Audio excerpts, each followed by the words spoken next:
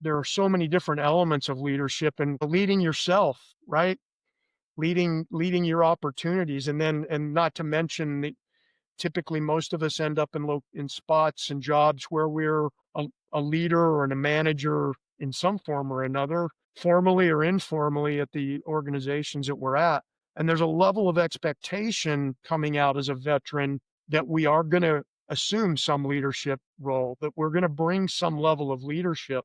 My experience is that there's a good side and a bad side to that.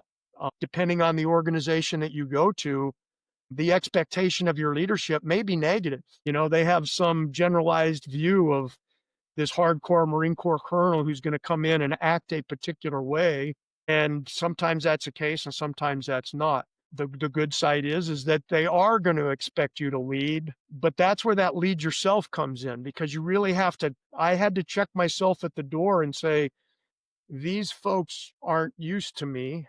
I need to understand that they probably have a stereotypical view of what they are going to expect of me. And I didn't give that enough credence in my first job out of the Marine Corps, where I thought I was being sensitive to those new needs and those things. But I wasn't looking at it from the lens of those on the receiving end. And there were some challenges there for me personally and for them as they looked at things differently. I needed to take a step where I looked at it and I took responsibility for the relationship and didn't say, well, it's on them to learn me. I needed to learn and understand them and modify how I approach things. The fundamental elements of my leadership were very sound.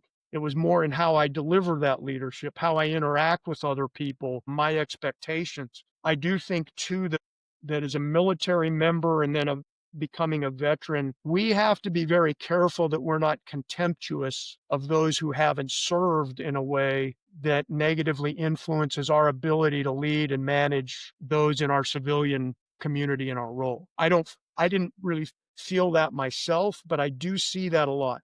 And that happens, right? I mean, we take pride that we're the less than 1% that served. We were willing to make a commitment that others weren't. But we shouldn't hold that against those who didn't make that commitment. We can't let that flavor how we interact or treat. Well, or we can, and we can fail in the civilian world.